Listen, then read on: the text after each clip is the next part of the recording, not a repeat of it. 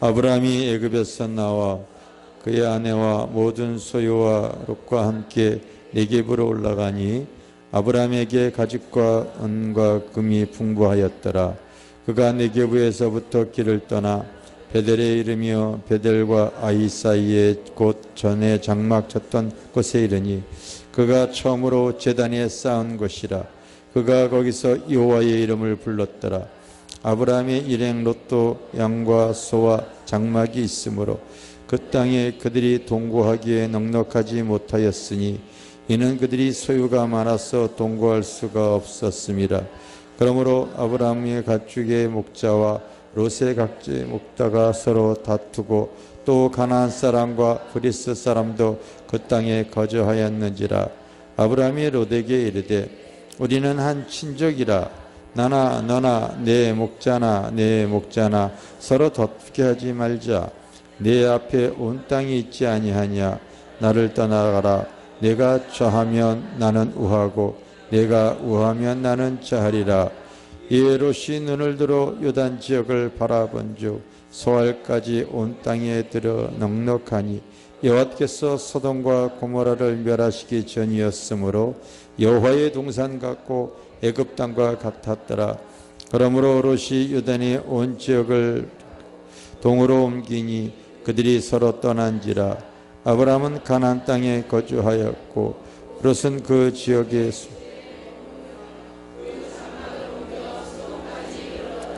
소돔 사람은 아브라함 앞에 악하고 큰 죄인이었더라.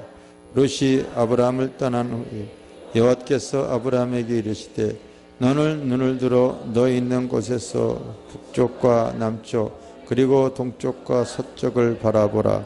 보이는 땅을 내가 너와 내 자손에게 주리니 영원히 이르리라. 내가 내 자손이 땅에 티끌 같게 하리니 사람의 땅이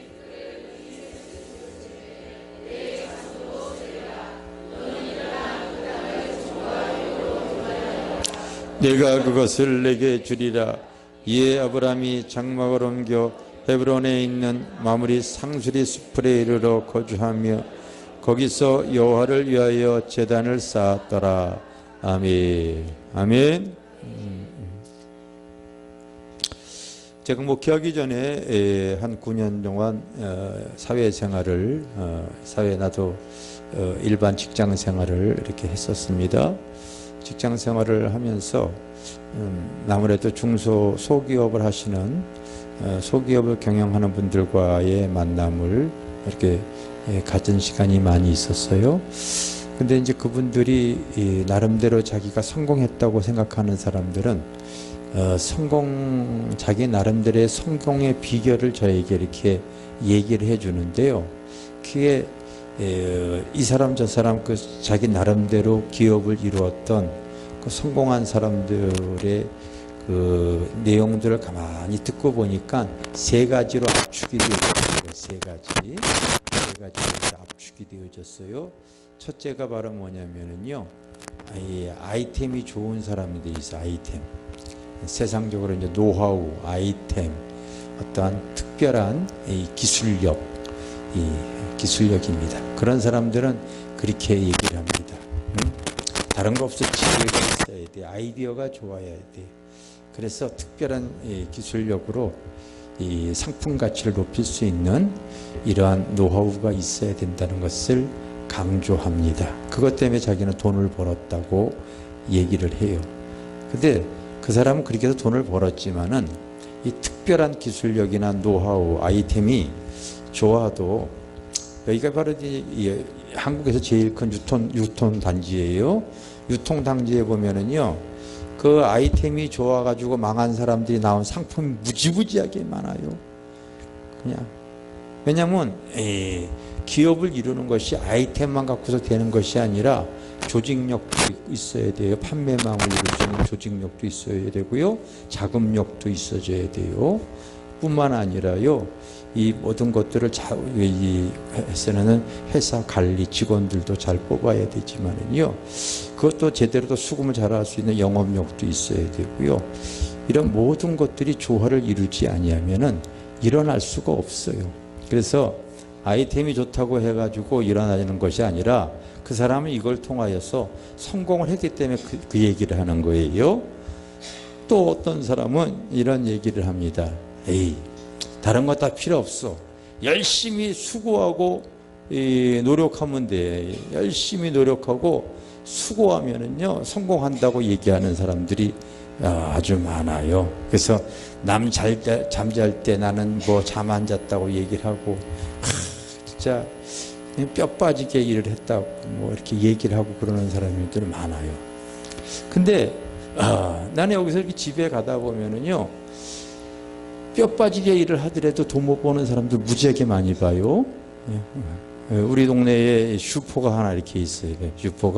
슈퍼가 하나가 있는데 이 슈퍼 할아버지 할머니가 슈퍼를 하면서 한 10시쯤에 문을 닫았어요. 근데 길 맞은편에 또 새로운 슈퍼가 하나 또 이렇게 생기다 보니까 여기에 10시 문 닫으니까 여기는 11시에 문 닫더라고요. 그러니까 이 노인네가 잠 안 자고 자기 11시까지 하니까 여기서는 또 12시까지예요. 이 노인네가 또 잠 안 자고 또 12시까지 계속 일어나니까요. 여기는 그냥 24시간 오픈해 버리니까 이 노인네가 따라 하다 보니까요. 뼈골이 상접하게 지고 수고를 하는데요. 실제로 이렇게 그래도 뭐 그렇게 돈 버는 게 아니에요. 그냥 서로 경쟁하다 보니까 이 허국동에 보면은 경쟁하다 보니까요. 그냥 길 건너 이 치킨집이고 그러다 보니까 얼마나 수고 노력하는지 몰라요. 요즘 가게 장사하는 사람들이 그렇게 자영업하는 사람들이 600만, 700만 지금 되어지는데 한 100만 원 정도 수입하는 사람들의 7, 80%라고 그러잖아요. 수입 100만 원밖에 되어지는 것이 7, 80%. 그래서 그들이 수고 노력을 그렇게 하는데도 그거밖에 안 되는 거예요. 성공한 사람이 그 얘기하는 거예요. 성공한 사람이. 또 어떤 사람이냐면요. 아유, 수고 노력 아이템보다도 시기와 운때가 맞아야 된다고 얘기하는 사람이 있어요. 예를 들어서 올 여름 같은 경우는 굉장히 무더웠는데 이 무더울 때 여름 장사 제대로 시작한 사람은 돈을 좀 만질 수 있다고 이제 보는 사람들이 많이 있어요. 그런 사람들은 다 필요 없어. 시기와 운때가 맞아야 돼. 이렇게 얘기들을 이렇게 하더라고요. 그게 또 맞기도 하지만 또 다 맞는 말은 아니에요. 이게 이제 세상적으로 살아가면서 나름대로 어떠한 부를 이루었던 목적을 달성했던 사람들이 뭐 이제 하는 얘기들을 제가 가만히 들어보니까요. 그 말이 또 맞는 말이기도 합니다. 그런데 이게 우리가 믿음 안에서 거하는 사람들은요. 이거와 전혀 상관이 없어요. 그래서 이 책을 쓰더라도 이런 내용과 전혀 상관이 없기 때문에 기독교 계통의 책을 쓸 수가 없고 그런 내용들을 말할 수가 없는 거예요. 말할 수가 없는 거예요. 왜냐하면 성경에 보면은요, 믿음의 조상이 세 사람이 나와요. 누가 나왔냐면 여러분 따라합시다. 아브라함의 하나님, 이삭의 하나님, 야곱의 하나님. 이 세 사람이 바로 축복의 바로 조상들이기 때문에요. 출애굽기 같은 경우는 뭐요? 이 세 사람을 항상 거론해서 우리의 바로 그 영육간에 사랑하는 자는 내 영혼이 잘된 같이 범사도 잘되고 강건한 축복을 받았던 대표적인 사람 세 사람이 성경에 나오는데 그 세 사람이 아브라함의 하나님, 이삭의 하나님, 야곱의 하나님이에요. 알겠어요? 이 세 사람이 하나님. 이걸 뭐 누가 모르겠어요. 그러면 이 세 사람이 그 영혼도 잘되고 범사가 잘 되어지는 내용을 가만히 살펴보니까요. 이게요.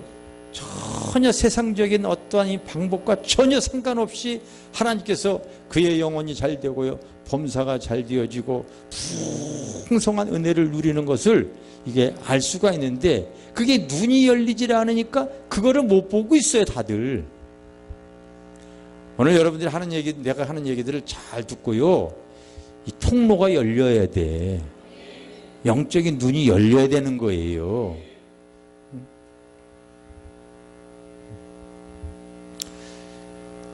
믿음생활 신앙생활 한다면서도요 항상 그 신앙의 테두리, 그 범위를 벗어나지 못하니까 그 신앙의 테두리 범위 안에서 항상 스스로 이렇게 사는 것이 다인가 보다 하고 스스로 그 믿음대로 자기를 그렇게 인정해버리고 말아요. 그 믿음의 테두리가 거기를 벗어나지 못하는 거예요. 여러분, 우리 하나님의 사람은 세상적인 수고와 노력, 특별한 아이디어 아니면은요 운때가 맞아서 성공하는 게 아닙니다. 이 하나님께서요 축복할 사람들은 축복을 하시고 은혜 부을 사람은 은혜 부어주시는데, 성경에요 믿음의 조상이라고 하는 이 세 사람을 한번 내가 책에다가 써놨어요. 아브라함의 하나님이 어떤 하나님인가, 아브라함의 하나님, 그리고 이삭의 하나님이 어떤 하나님인가, 또 야곱의 하나님이 어떤, 왜 하나님이 이 세 사람들을 특별히 거론해서 축복을 해 주었는가 이렇게 보게 되어지면 이게 사람의 생각과 전혀 상관없이 하나님께서 은혜를 내려주는데, 이 세 사람의 특징이 있어요. 특징이 있습니다. 그 특징이 바로 무엇인가 보면은, 오늘은 여러분들이 창세기 13장을 읽었지만 원래 12장에 보면은 하나님께서요 늦지막한 나이 75세대 됐을 때에 그냥 이게 인생의 이제 소망을 다 접을 만한 그 나이에 하나님께서 아브라함을 이렇게 부르는 내용이 나와요. 그래서 야, 너 내 말대로 한번 살아볼래? 네 인생, 네가 이제 네 인생 네 의도대로 75세가 되도록 살아왔는데 이제는 네 인생 네 의도대로 살지 말고 한번 내 말 좀 한번 들어볼래? 그런 너는 복의 근원이 되어지고요. 너는 정말 많은 사람들에게 영적으로 육적으로 큰 은혜를 받았다고 하는 사람이 될 수 있으니까 내 말 좀 한번 믿어볼래? 그러니까요. 아이, 나이 75세에 소망 없는데요. 소망을 주니까 한번 해보겠다는 거예요, 아브라함이. 할렐루야. 그러면 너 있는 너 모든 거 다 정리하고 정말 내 말 들으려면 한번 네가 믿음으로 따라와 봐라 그랬더니 실제로 아브라함이, 아마 하나님이 다른 사람도 그렇게 제시했을 때에 다른 사람은 안 했을 것 같아요. 그런데 아브라함은 한번 해보는 거예요. 그래서 히브리서 보면은 그 하나님께서 모든 거 다 정리하고 나 따라오라고 할 때에 아브라함이 갈 바를 알지 못하고 따라갔다고 써 있어요. 알겠어요? 그렇게 해서 출발해서 모든 걸 정리하고 본토 친척 아비 집을 떠나서 출발해 쭉 나가서 창세기 12장 4절인가 보면 따라합시다. 마침내 가나안 땅에 이르렀더라. 하나님의 약속은 다른 특별한 약속이 아니었습니다. 창세기 12장에 보면은 바로 12장 5절에 보면 마침내 가나안 땅에 들어갔더라. 이게 하나님과의 약속이었어요. 너는 내가 네게 지시한 땅에 거하서 살아라. 그리고 나를 잘 섬겨봐라 얘기를 해서 가나안 땅에 들어가는 것이 하나님과의 약속이었어요. 알겠어요? 아니, 하나님이 우리에게 약속할 때요 굉장히 축복하지 않으려고 어려운 약속하지 않아요. 그러니까 여러분, 하나님 은혜 받을 때 절대 어렵게 생각하지 마세요. 그냥 너 내 말 들을래? 그건 뭔데요? 내가 지시하는 땅에만 가서 살기만 하면 된다 이거였어요. 정말요? 아니, 내가 하나님이라니까 그러면서 그냥 그 땅에 너, 그러니까 예를 들어서 내가 마포에 살았거든요. 너 화곡동에서 살아라 이렇게 이제 얘기를 하시면은 그 뭐 이렇게 특별한 거 어렵고 여기도 사람 사는 거니까 어렵지 않을 거 아닙니까? 그렇죠? 그러니까 가나안 땅에 가서 살아라 하니까 아브라함이 그 정도 할 수 있을 것 같으니까요. 마침내 하나님이 얘기한 가나안 땅에 들어가서 살게 되어진 거예요. 그래서 계속 살아야 돼요. 할렐루야. 그런데 문제는 그 땅에 기근이 들어옵니다. 그래서 곡식이 자라지 않고 먹을 곡식들도 먹을 물들이 또 부족해요. 가축들에 대한 물이 부족하니까요. 이 아브라함이 또 그 같이 사는 가족과 그 짐승들을 키워야 되다 보는데 그 땅에 기근이 일어서 문제가 생기니까요. 가나안 땅을 벗어나서 그 옆에 그 나일강이 흐르는 애굽으로 잠깐 이주를 하러 갑니다. 하나님은 가나안 땅에 거하러 살라고 했는데 문제가 생겼어요. 문제가 생겨서 가나안 땅을 벗어났을 때 축복은커녕요 아내도 뺏기려고 하고요, 큰 문제가 일어나는 거예요. 그래서 그 아브라함이 황급히 다시 모든 걸 정리하고 가나안 땅에 들어가서 사는 거예요. 알겠어요? 또 하나의 축복의 조상이 이삭도 그래요. 창세기 26장에 보면은요, 이 이삭이 그 아버지가 거류하던 가나안 땅에서 쭉 살다가 똑같이 그 땅에 또 기근이 들어요. 기근이 듭니다. 그래서 이 이삭이 그 살던 곳을 벗어나서 바로 애굽 땅 그랄 지역으로 이렇게 내려가려고 하니까 하나님께서 또 꿈에 나타나서 뭐라고 얘기하냐면 아브라함에게 주었던 그 언약을 그대로 말씀하십니다. 그대로 얘기를 해요. 똑같이 얘기를 하세요. 아브라함에게 했던 말씀 그대로 이삭에게도 얘기하는데, 너는 가나안 땅을 벗어나지 말고 애굽 땅에 내려가지 말고 가나안 땅에 그대로 있으래요. 지금 상황은 지금 기근이 들어서 마실 물이 부족하기 때문에 현실적으로는 어렵기 때문에 힘들기 때문에 내려가야 되는데,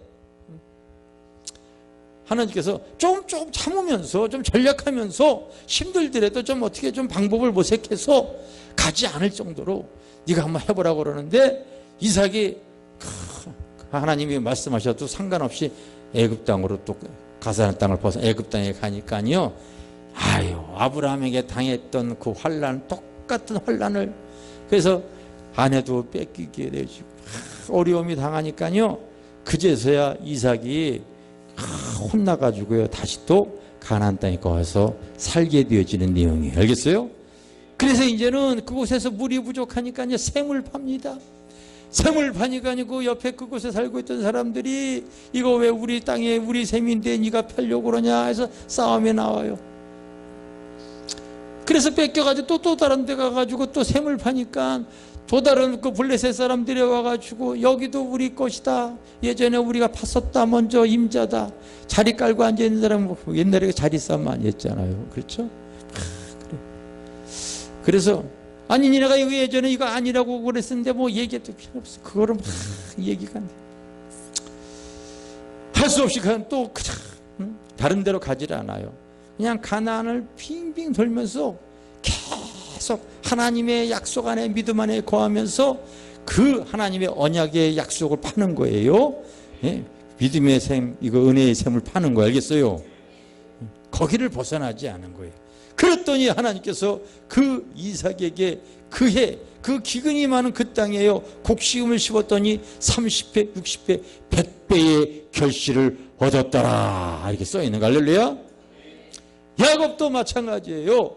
창세기 37장 1절에 보면은요, 이 야곱이 이삭이 거하던 가나안 땅에 거류하다가 그렇게 시작이 되어집니다.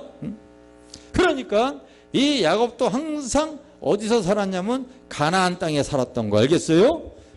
이럴 때 내가 이렇게 얘기를 하게 되어지면은 제가 한번 딱 틀어주는 거예요. 창세기 31장 1절을 딱 들어보면 봐요. 따라서 야곱이 가나안 땅 곧 그의 아버지가 거류하던 땅에 거하였으니.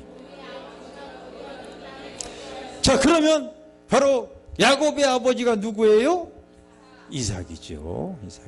이삭의 아버지가 누구예요? 아브라함이죠. 그러면 마침내 창세기 12장 5절에도 하나님의 언약은 가나안 땅에 거하는 거였어요. 어려운 문제 아니었어요. 또 이삭도 가나안 땅에 결국은 계속 거했다는 것을 알 수가 있는 거예요. 창세기 12장 5절에도 보면은 마침내 가나안 땅에 들어가는, 알겠어요? 가나안 땅에 들어가는 거예요. 가나안 땅에 거류하고 있었던 거 알겠어요?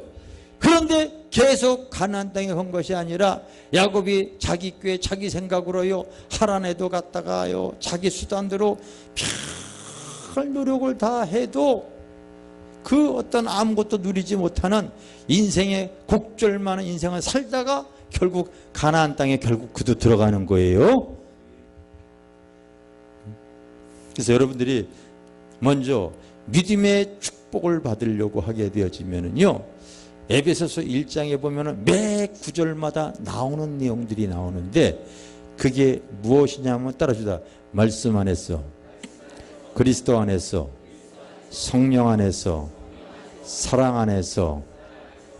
먼저 여러분, 아버지 집안에 거하는 삶이 되어줘야 되는 거예요. 예? 그게 바로 뭐냐면 말씀 안에 거하는 삶을 말하는 거예요. 하나님께서 이렇게 행하라 할 때 사실은 그 장소는 하나님이 하신 말씀이에요. 알겠습니까? 그러니까 먼저 우리들이 신앙생활이 은혜 입으려면 하나님의 말씀 안에 거하는 삶을 살아야 돼요.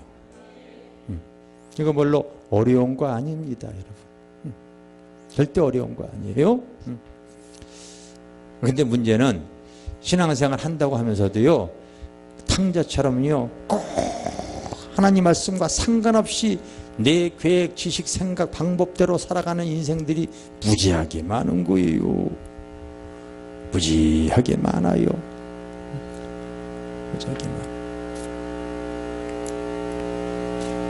그 신앙생활 하더라도 자꾸 하나님의 그 주신 그 말씀을 벗어나서 살아가는 인생들이 무지하게 많이 있습니다.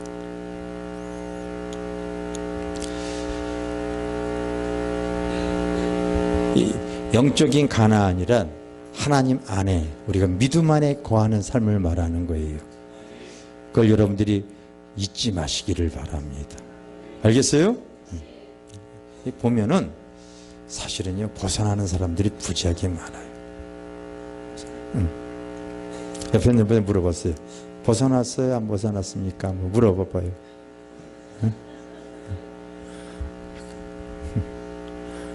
왜 고개들만 숙이고 있어요? 한번. 그거 굉장히 중요한 거예요, 여러분. 그래서 그냥 교회 다니는 거가 아니고 하나님 말씀을 믿어야 되는데, 그거 바로 뭐냐면은, 이제 우리가 성경을 이렇게 대할 때에 하나님의 말씀이 나에게 임하는 말씀이 이렇게 있어요. 임하는 말씀.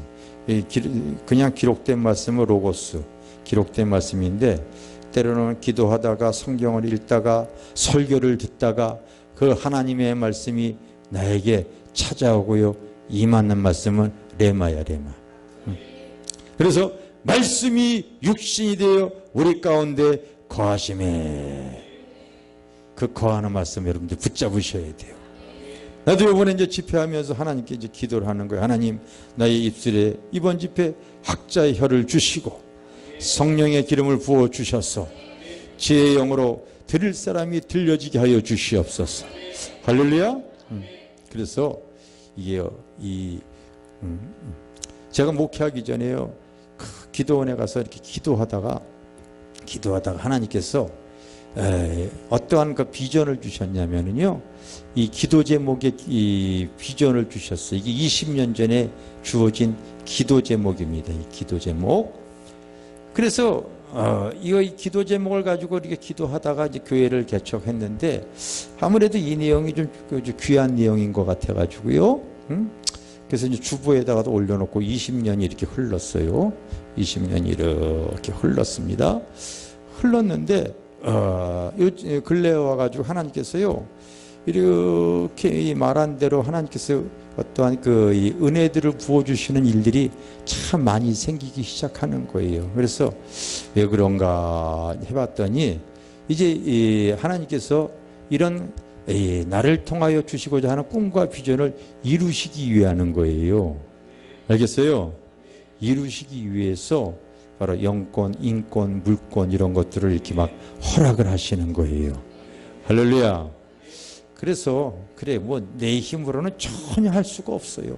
근데 하나님의 그 지혜의 영이 임하고 하나님께서 도울 사람을 붙여주시고 역사하게 되어지면요, 큰 일을 할 수가 있어요. 그래서 여러분, 내 힘으로 한번 수고와 노력으로 살아보려고 몸부림치지 그래봐야 여러분, 노가다 해봐야 그 한 하루 일당밖에 못 벌어. 근데 하나님께서 후 불어버리면은요, 메추라기가 그냥 새까맣게 날라오듯이 하나님의 은혜가 임하게 되어지는 거예요. 내 힘으로 잠자리채로 잡으려고 해보십시오. 예? 그게 안 되어집니다. 하나님의 역사심은 되어지는 거예요. 여러분 믿음의 눈을 또 뜨시기를 바랍니다. 예? 우리 다시 한번 어두워진 세상길 한번 찬양합시다.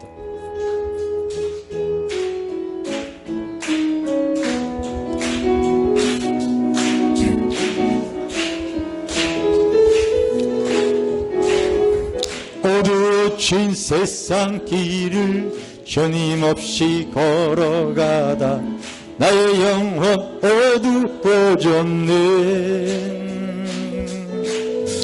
어느 것이 길인지 어느 것이 진리 아무것도 알 수 없었네.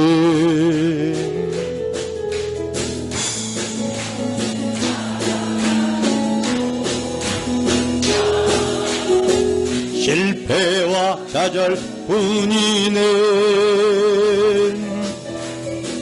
사랑하는 나의 주님 내 영혼 눈을 뜨게 하소서. 열려라 해 닫아 열려라 눈을 뜨게 하소서. 죄악으로 어두워진 나의 영혼을 나의 눈을 뜨게 하소서. 아무것도 알 수 없고 아무것도 볼 수 없고 아무것도 부를 수 없네. 세상에서 방황하며 이리저리 헤매이다 사랑하는 주님 만났네. 어두웠던 나의 눈이 열리고 막혔던 귀가 열렸네. 답답했던 나의 마음 열리고 나의 영혼 살리네. 열려라 해 닫아 열려라 눈을 뜨게 하소서. 죄악으로 어두워진 나의 영혼을 나의 눈을 뜨게 하소서. 열려라 열려라 해 닫아 열려라 눈을 뜨게 하소서. 죄악으로 어두워진 나의 영혼을 나의 눈을 뜨게 하소서. 이 하나님께서 역사하시는 그 은혜 내리는 방법은 전혀 사람의 지혜와 계획과 계산이 안 서요. 알겠어요? 그러니까 이 현실 세계에서 살아가는 우리들이요, 이렇게 하면 되어진다, 수고와 노력하면 된다, 머리를 짜내서 아이디어를 개발하려면 되어진다, 운때가 잘 맞으면 되어진다, 이렇게 계산하지만은요, 사실은 하나님께서 은혜 내려주는 건 그거와 전혀 상관이 없어요. 그래서 이 아브라함과 이삭과 야곱이 복을 받는 내용을 이렇게 보게 되어지면은요, 사람의 계산으로서는 전혀 안 나온 방법으로 계산이 복이 되어지는데, 이게 바로 뭐냐면은 이 가나안 땅에 거하다가 이제 이 애굽으로 내려갔더니요, 그 애굽왕이 그 사례의 아름다움을 보고서요, 고대 근동 지방에서는요, 이 남의 이 부인이라도 아름다우면은요, 자기가 달래가지고 이렇게 대가를 치불고 이렇게 살 수가 있는 문화가 되어졌기 때문에, 당연히 그 아브라함의 아내의 그 사라의 미모가 흉출하다 보니까요, 그 소식이 그 애굽왕 바로에게 들어가고, 그래서 그 아브라함이 대가를 갖다가 이렇게 치르고서 아내를 이렇게 취한 거예요. 그 당시 그게 문화였기. 그러나 하나님께서 아브라함을 바로 축복하기를 작정하셔서 그가 믿음의 길을 걸어갔기 때문에 그 바로의 꿈에 나타나서 그 바로를 야단을 치다 보니까 이 바로가 자기의 잘못을 깨닫고 그 아내를 내어주는 거 알겠어요? 내어줬지만은 전화위복이라는 말이 있잖아요. 왕이 치사하게 그 대신 내가 너에게 그 결혼 지참으로 준 그 곡식과 재물들은 다시 달라고 그러지 않은 거예요. 그러니까 아내도 다시 가지고 오고, 그리고 곡식과 재물까지 가지고 예굽에서 나오니까 풍성하게 부유하게 되어진 거예요. 이게 사람의 생각으로는 전혀 안 맞는, 그냥 순종하니까 지금 되어지는 사건들이에요. 알겠어요? 그래가지고 그 문제 때문에 이제 그 가나안 땅에 거하면서 그 목초지 때문에 또 문제가 생겼어요. 그래서 아브라함과 롯이 이 종들이 이제 그것을 이렇게 키우고 있다 보니까 목초지에 풀이 부족하다 보니까 서로 그것으로서 자기네 그 양들의 물을 더 많이 주고 또 좋은 풀을 먹이려고 다툼이 일어나는 소식이 들려오는 거예요. 근데 이때 아브라함이 희한한 제안을 하는 겁니다. 우리가 이런 거 가지고 서로가 의의가 갈라져서는 안 되니까 네가 원하는 땅을 먼저 선택을 하라고 먼저 목초지의 선택권을 양보를 합니다. 양보를 해요. 이거 여러분, 우리가 현실 속에 이런 일들이 엄청 많이 일어나고 있는데 이걸 하나님의 말씀으로 잘 대비하지 못하는 눈이 안 열려 있기 때문에 그냥 사람들은 그냥 읽는 거예요. 그런가 보다 이렇게 읽어가는 거예요. 이게 아니에요, 여러분. 그게 아니야. 여러분, 자, 두 사람이 똑같이 지금 하나님의 말씀을 듣고 아브라함도 믿음의 길을 이렇게 떠나가기 시작했고, 그리고 그 조카로 또 똑같이 믿음의 길을 떠나간 거 알겠어요? 여러분도 하나님의 말씀을 듣고 그 이 세상에서 벗어나서 지금 믿음의 길을 걸어가기 시작하는 거예요. 알겠어요? 걸어가는데 결과적으로 이렇게 보게 되어지면 어떤 한 사람은 하나님의 은혜가요 주렁주렁 영육간에 축복받은 내용들이 나오기 시작하는데, 이 롯과 같은 사람은 시간 흐를수록 그 가게와 가정이 패가망신합니다. 아니, 누가 신앙생활하면서 그렇게 신앙생활이 되어지려고 패가망신하려고 신앙생활하는 사람이 누가 있어요?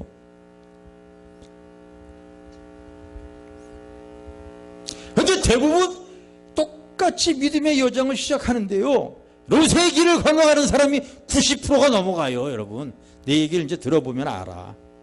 그 사람 아무리 신앙생활 하더라도 그 가난에서 못 벗어나. 어떤 상황만 되어지면은요, 그 사람 인생에 아무 유익이 없어요.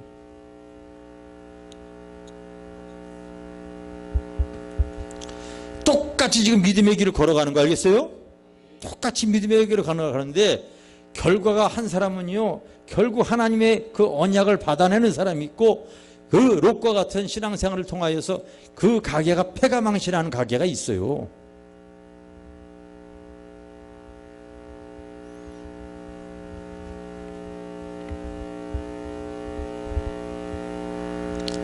이삭도 그렇고 야곱, 에서 똑같이 신앙의 길을 걸어가는데요, 한 사람은 축복의 조상이 되어지고 한 사람은 안 그렇다니까.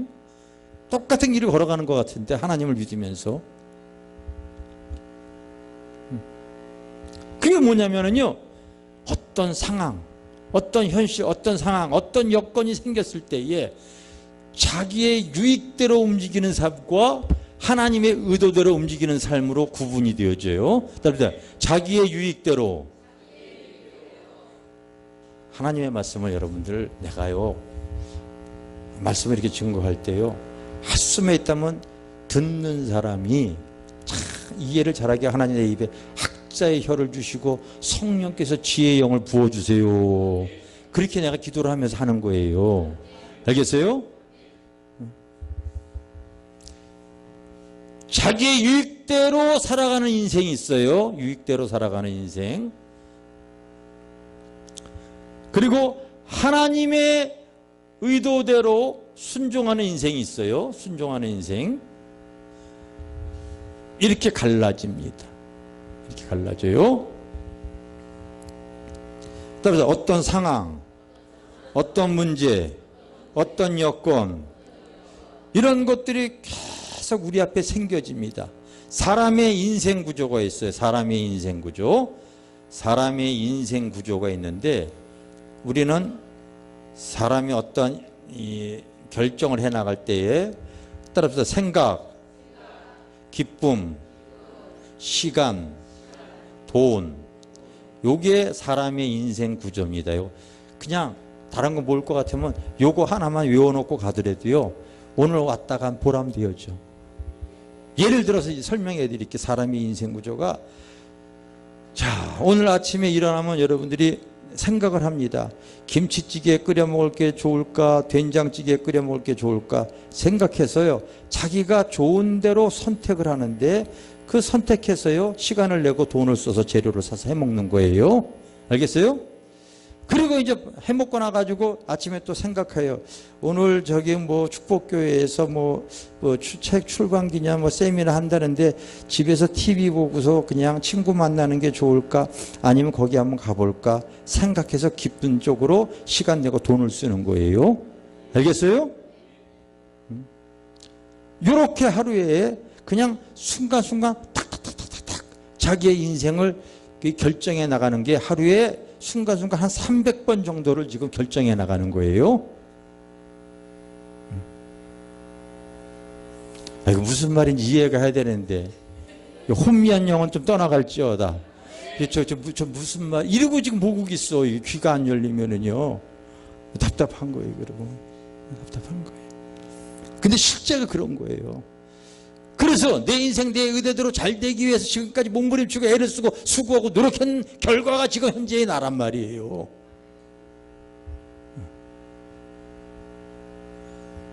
근데 아브라함이 어떤 상황이 되어졌을 때에 이런 상황을 자기 유익한 대로, 자기에게 유리한 대로 지금 그 계획, 왜? 자기가 지금 여러분 조카보다 자기가 주도해서 나가는 일이기 때문에 더 좋은 목초지, 더 좋은 지역, 자기에게 유리한 땅을 먼저 선택할 수 있는 선택권이 아브라함이 갖고 있는 거예요. 근데 그와 같은 상황이 지어졌을 때 아브라함이 그렇게 하질 않아요. 그러니까 아브라함의 믿음은 똑같은데요, 어떤 상황이 주어졌을 때 롯의 믿음은 신앙의 길을 걷더라도 자기가 당연히 보면니까요, 소돔과 고모라에 있는 그 에덴 지역의 땅이 성경에 보니까 하나님의 동산, 에덴 동산과 같은 그런 좋은 땅이고, 거기에 목초지가 많으니까요, 그쪽을 선택을 하는 거야.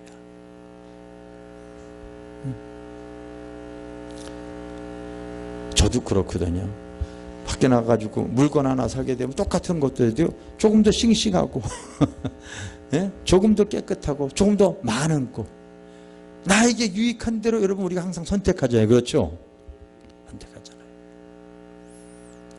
근데 우리가 믿음이라고 하는 것은요, 어떤 상황이 주어졌을 때에 무조건 자기의 유익대로 움직이는 것이 아니라 하나님의 의도하심대로 살아가는 거, 이거 여러분 의식하고 있어줘야 돼요. 알겠어요? 그래서 이 아브라함은 그런 상황이 되어졌을 때 하나님께 기도하면 물어보는 거예요. 하나님, 이런 문제가 생겼는데 어떻게 할까요? 하나님께 묻는 거예요. 여러분들이 주님과 동행하는 사람의 특징이 있어요. 동행하는 사람 특징 내가 성경들에게 얘기해요. 그래서 복 있는 사람에 대해서 내가 얘기하는데, 복 있는 사람은 악인에게 오만한 자리, 그 죄인의 길에 이렇게 해서 다 쓰지 않고 하나님의 말씀을 주야로 묵상하며 주야로 큐티한다는 거예요. 그래서 하나님의 성경을 보면 하나님, 고기를 먹어도 되새긴 줄 아는 고기니까 항상 그 말씀을 삶에 적용하며 살게 하기 위해서 묵상하는 자가 복이 있는 사람이에요. 이런 사람은 그 시절을 쫓아 과실을 맺는 자고 그러잖아요. 알겠어요? 그때마다 하나님의 돕는 은혜를 베풀어 주신다는 거예요. 그러니까 우리가 생활과 삶에 어떤 상황이 되어졌을 때 무조건 자기의 유익대로 움직이는 것이 아니라 그런 상황이 생겼을 때 하나님께 기도할 때 하나님께 물어볼 때 하나님께서 네가 먼저 선택권을 갖지 말고 롯에게 선택권을 주라는 마음의 감동을 받은 거예요. 그런 믿음이 아브라함에게 온 거기 때문에 그렇게 행한 거예요. 그러니 여러분 우리가 이제 항상 기도할 때 내가 여러분들에게 얘기를 하는데 기도할 때요 찬양 인도도 그렇고 기도도 그렇고요 집회 성격이 틀려요. 우리가 성령 사역할 때는요 막 부르짖고 기도하지만은요 이번 집회 성격은 자꾸 내가 말씀을 큐티할 수 있도록 내가 자꾸 여러분들에게 알려줄 거예요. 근데 분위기에 안 맞게 막 이럴 때 막 악을 쓰고 막 하나님께 삿대질하고 이거에 분위기에 안 맞는 거야. 상황이 전혀 안 맞으면 안 됐잖아요. 그러니 여러분 디모데서신에 보면 이 바울이 영의 아들 그 디모데에게요 첫 번째로 권하는 것이 바로 기도의 종류에 대해서 얘기하는데 내가 모든 기도와 간구와 도구와 감사로서 아뢰되 이렇게 얘기하는데요. 그게 기도가 분리가 되어지는 거 알겠어요? 상황에 맞게 다 다르게 할 수 있어져야 되거든. 근데 나는 성도들이 이렇게 하게 되면요 기도 생활 하더라도 보면은 그 기도의 범위가 좁은 사람들 보게 되어지면요 일방적으로 막 해대고 말하고 그냥 가버려. 뭔가 하나님께 묻고서 그분이 응답할 수 있는 기회도 안 줘. 여러분 따라합시다. 묻는 기도. 하나님께 와서 먼저 나와서 감사기도 하고서요 그리고 하나님 오늘 이런 일이 생겼어요. 하나님 어떻게 하셨으면 좋겠어요? 하나님 무엇 하기를 원하십니까? 물어보세요. 물어보세요. 하나님이 살아계시다면 다양한 방법으로 응답을 하시는데 대개 보면은요 기도를 하더라도 자기 일방적으로 하고서 그냥 끝내버려. 기회를 안 준다니까 보면은.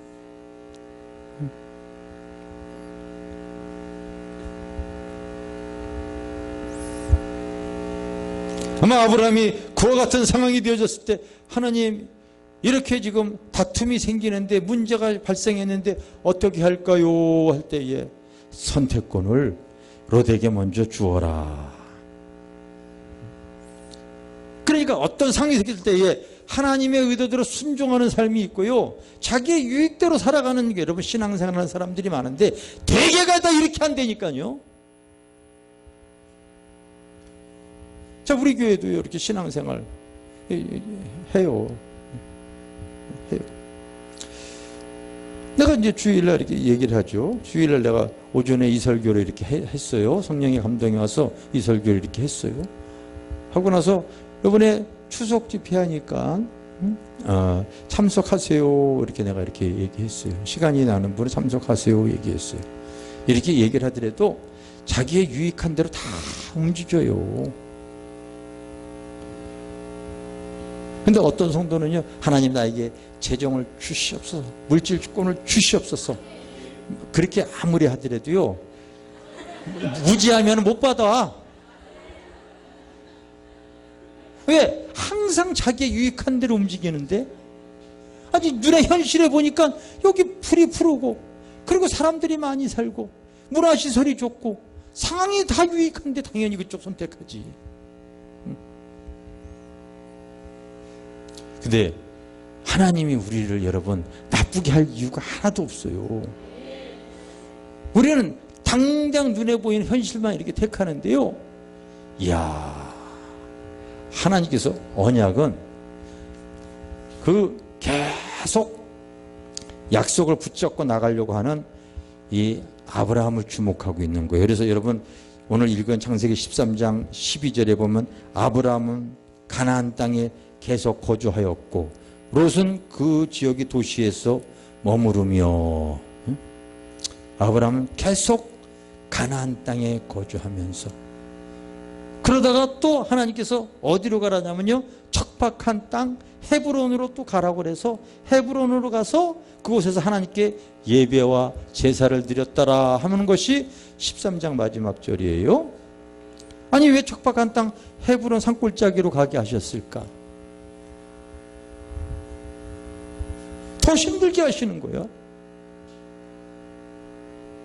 이게 여러분 영의 눈이 열리지 않으면 몰라요.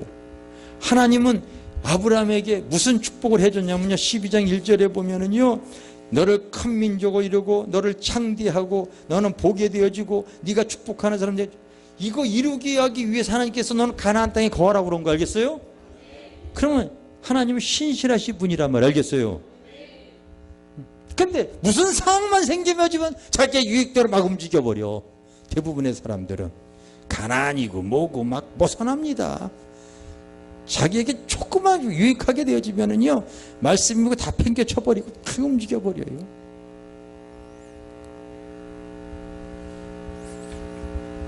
막 움직여버립니다.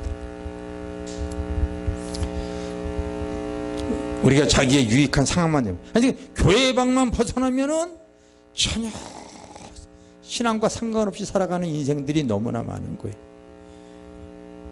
교회 방만 벗어나면 그런 거예요. 그래서 교회 안에 들어오면 갑자기 직분이 생기고 집사장 노사가 되어지고, 예? 갑자기 또 거룩함이 사람이 되어지고 막 그래요. 자기의 유익대로 막 살아가는 거예요. 그렇게 신앙생활 했을 때는 전혀 하나님의 언약의 말씀이 나와 상관이 없어요. 근데 여러분 잘 생각해 보세요. 지금까지 내 인생이 내 의도대로까지 살아와가지고 아무 결과가 없다면 지금부터 여러분 생각을 좀 바꿔주시기를 바랍니다. 얼마든지 가능해요, 여러분. 얼마든지 가능합니다. 똑같이 신앙의 길을 걸어갔는데 이 아브라함은 하나님의 의도대로 순종을 하고요, 이 룻은 자기의 유익대로 살아가는데, 이 아브라함이 거부가 되어지는 게 참 신기합니다. 처음에는 아내 뺏겨가지고 불을 좀 이루었는데, 이게 이제 하나님이 왜 헤브론에 가게 했는가? 이 룻이 그 땅에 살다가요, 좋으니까 점점 소돔과 고모라 가까이 가게 되어집니다. 세상도 좋아하게 되어졌어요. 그런데 하나님 볼 때 그 소돔과 고모라가 죄악이 관영하다 보니까요, 그 이웃 나라에게요, 그 전쟁, 그러니까 14장에 보면 전쟁하는 내용이 나와요. 우리나라도 항상 전쟁 때문에 전쟁공격 하듯이요, 전쟁하는 내용이 나옵니다. 그래서 소돔과 고모라가 조금 작은 나라고 주변에 있는 나라가 5개국이 좀 규모가 작은 나라다 보니까요, 그 좀 큰 나라에게요, 조공을 항상 이렇게 13년인가 14년 동안 바쳤다고 14장에 나와요.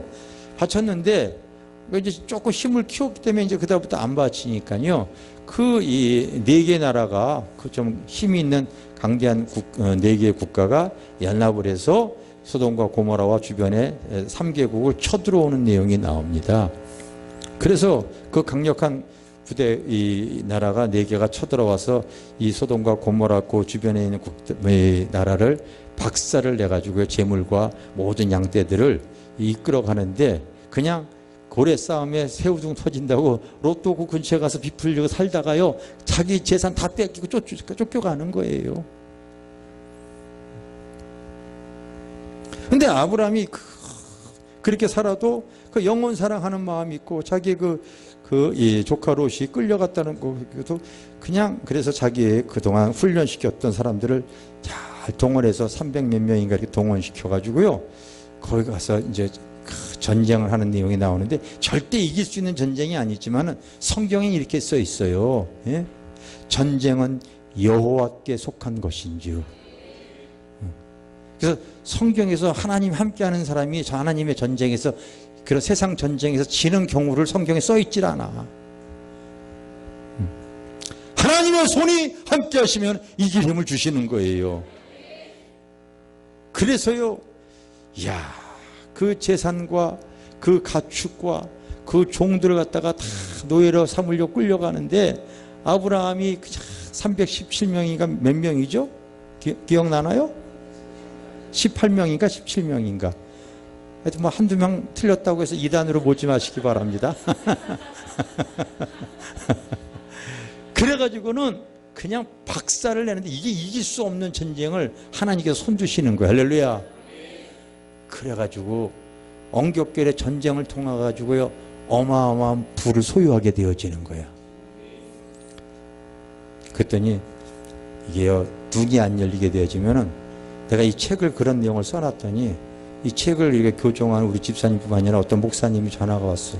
목사님 그거 다시 찾아가지고 성경에 보니까 소돔왕 그 얘기 다 그 재산 뺏은 거 다시 다 돌려줬더라고요. 근데 무슨 부가 거부가 되어졌어. 이렇게 얘기를 하시더라고요. 너무 시야가 좁은 게 왜 좁냐면은 목사님들이 너무 단순하신 거야. 그래요. 그러면 소돔왕뿐만이 아니라 다른 나라 왕까지도 다 돌려줬다고 하더라도 상대방 나라의 것이 여러분 그게 어마어마해. 상대방 그 나라가 쳐들어오면서 데리고 온 짐승이라든지 재물이라든지 무기라든지 이런 것들이 한 개인의 것이 뺏는 게 아니라 그 강대한 나라의 그거 갖다가 아브라함이 다 뺏어온 거야. 그건 상식 아니겠습니까? 내가 그 얘기했더니 생각해 보니까 그러네요. 거기까지 좀 생각하세요. 그리고 말았어. 아주 답답합니다. 하나님이 하시는 방법은 제한이 없는 거예요. 알겠어요? 전혀 예상치 못한 방법으로 하나님께서 그 영혼이 잘 되고 범사가 잘 되어지고. 왜? 근데 왜 헤브론이냐? 여기 있으면 아브라함도 잘못하면요 칼침 맞아.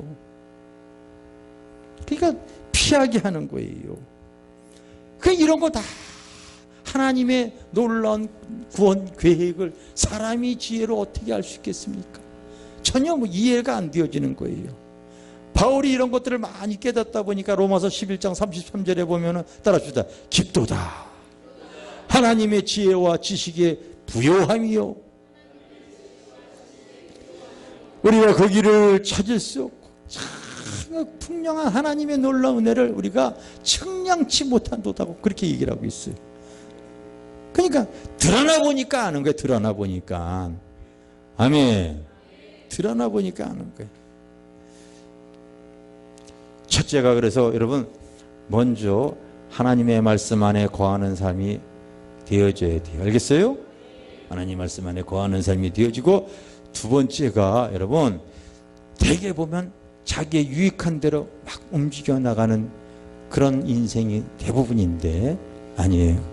우리는 항상 그 어떤 상황이 됐을 때 내가 사업을 하건 사람을 만나건 어떤 중요한 결정을 할 때 하나님의 의도함대로 살아가려고 하는 삶의 자세 이거를 잡고 여러분들이 훈련하셔야 돼. 이 말씀을 여러분들이 묵상하고 내 삶에 적용해야 돼.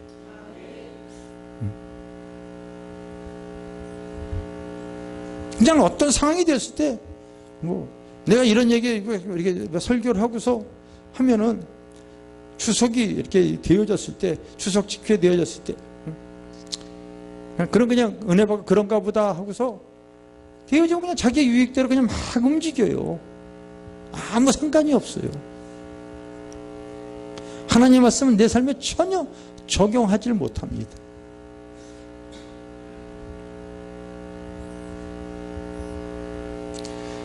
그러니 내 인생의 키를 내가 잡고 있으니까요 아무 결과가 나타나질 않는 거예요.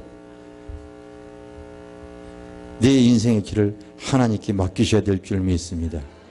하나님이 그래야지 하나님의 의도대로 은혜의 길로 이렇게 이끌어 가시지요.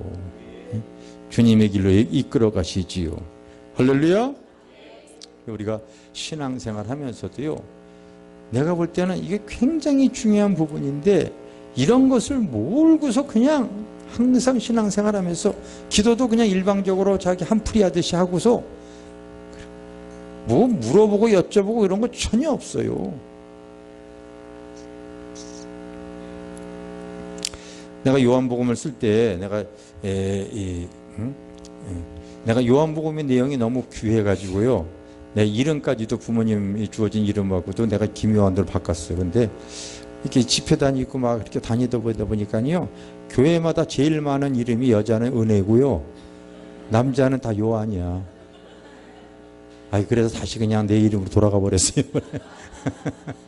돌아가 버렸는데 요한복음이 참 귀한 은혜가 뭐냐면요, 요한복음 1장의 시작은요, 따라합시다. 영접하는 자, 곧 그 이름을 믿는 자에게는 하나님의 자녀되는 권세를 주셨으니. 요한복음 1장 12절이 그 내용이 이렇게 나오거든요. 그렇죠?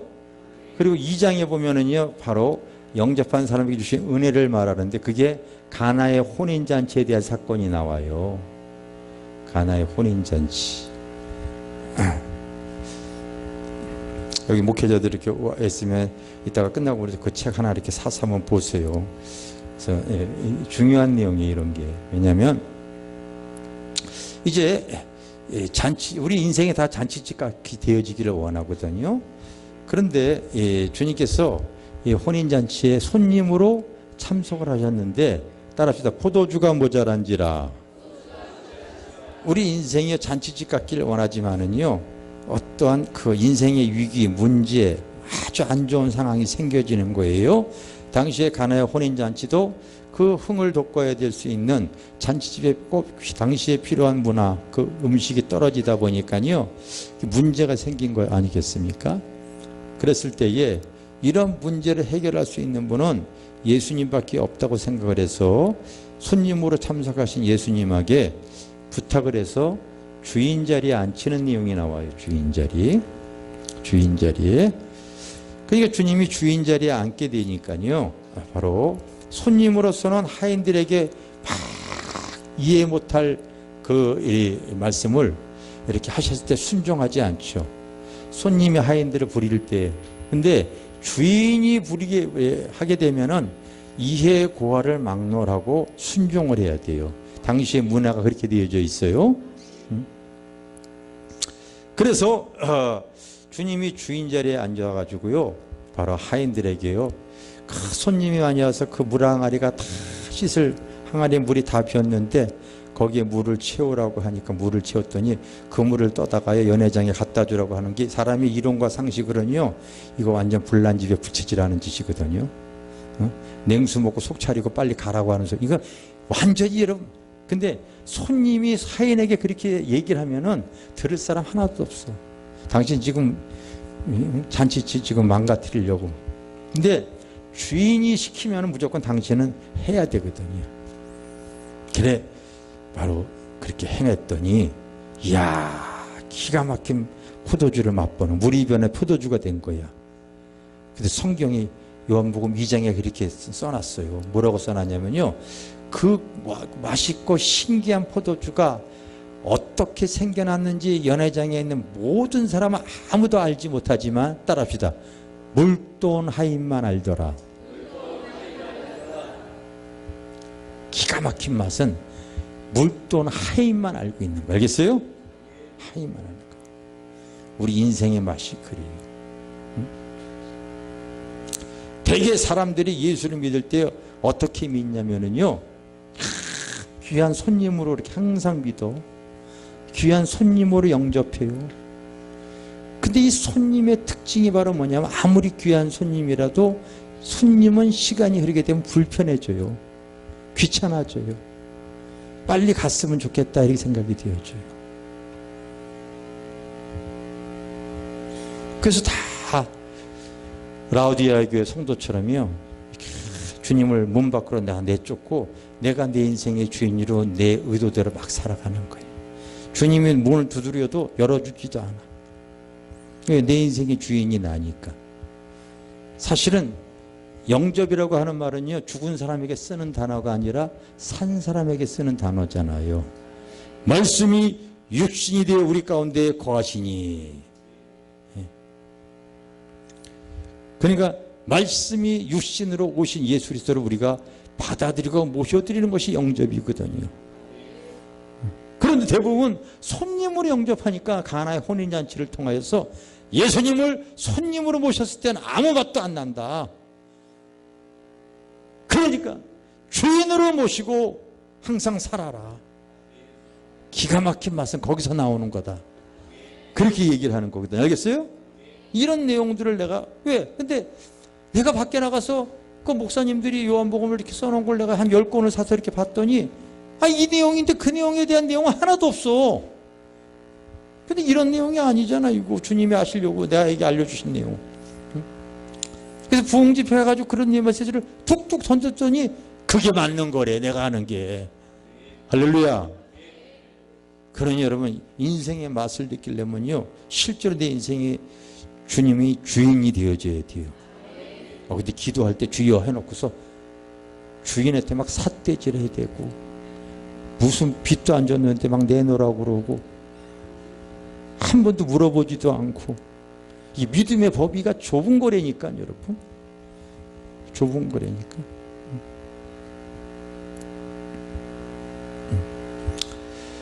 그러지 우리가 여러분 말씀 안에서, 주님 안에서 사는 거, 그 안에 살면서 주님께 이렇게 물어보면, 주님의 의도대로 이렇게 나가게 되면 그분이요, 생명의 길로 빛으로 인도해 가시는 줄 믿습니다.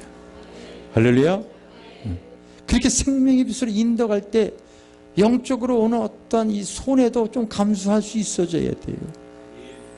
이게 무슨 말이냐면, 자, 목초지 선택권을 갖다 롯에게 먼저 줄 때 자기에게 여러분 물질적으로, 상황적으로, 환경적으로 분명 손해일 거예요. 분명 손해일 겁니다. 그런데 하나님이 그렇게 하라고 이렇게 지시한 그 사건 속에는, 그 배경에는 그런 놀라운 전쟁 사건이 지금 깔려 있다는 것을 롯도 모르고 아브라함도 모르는 거예요. 하나님의 그 계획 속에 들어가 있기 때문에요, 그냥 하나님께서요 이렇게 지금 그를 이렇게 이끌어 나가시는 거예요. 알겠어요? 신앙생활 오래 하더라도요, 오래 하더라도 자기에게 손해 난다고 하게 되면 절대 손해 안 보려고 신앙생활 하는 사람들이 많아요.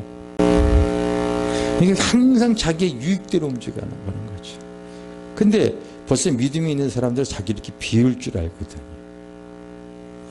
비울 줄 알아요.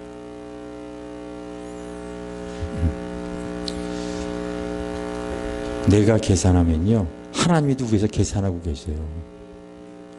근데 내가 은혜 가운데 살면 하나님께서 나 은혜의 길로 이끄시는 분이에요. 우리가 믿음의 눈이 이렇게 더 열려야 되는데, 믿음의 눈이 더 열리시기를 바랍니다.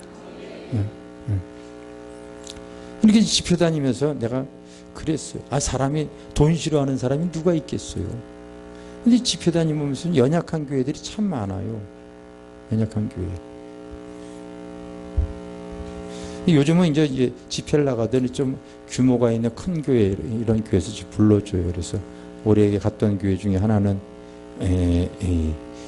성남에 있는 교회 같은 경우는 한국의 부흥회를 이렇게 대표하는 목사님 교회에 이렇게 그러니까 대접을 잘 받아요. 그럴 때 사례를 이렇게 줘도 제가 이렇게 받아요.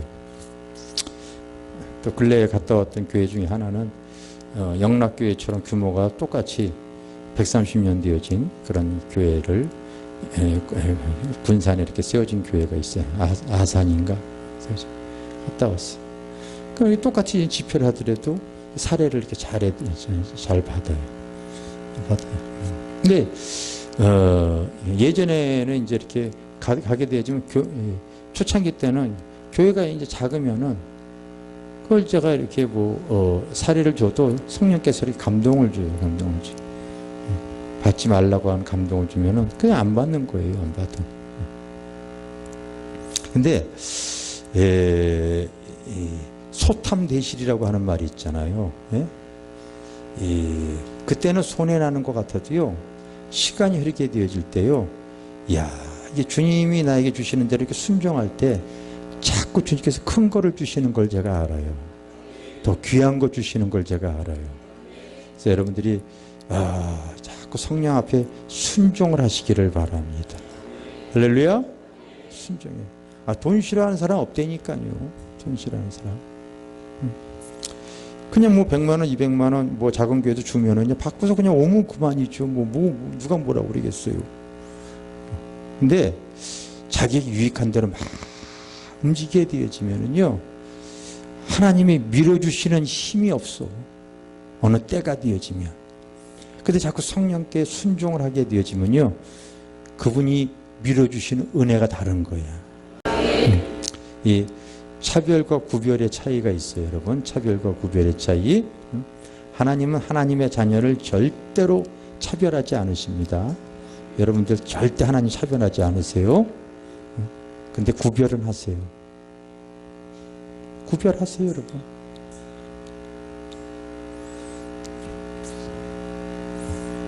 이게 무슨 말이냐면요. 나도 우리 교회에 이렇게 보면은, 어떤 청년이 이렇게, 청년에게 내가 용돈을 줬어요. 그 10만 원 이상 이렇게 줬어요. 줬어요. 중고등부? 조금은 단수가 내려가요. 그래서, 만원권으로 이렇게 줬어요. 만원권으로. 초등학생? 1,000원권으로 줍니다. 1,000원권으로. 이거 절대 차별하는 게 아니에요. 구별하는 거죠. 내 영적 수준에 맞게 하나님은 역사해 나가는 거예요. 그러니까 여러분들이 눈이 열리셔야 돼요. 하나님 재정도 능력도 은혜도 맡길 만한 사람에게 맡기시는 거예요. 그래서 무지에서는 절대로 하나님 주지 않으십니다. 주지 않으세요. 하나님 나에게도 믿음의 눈을 열어 주시옵소서.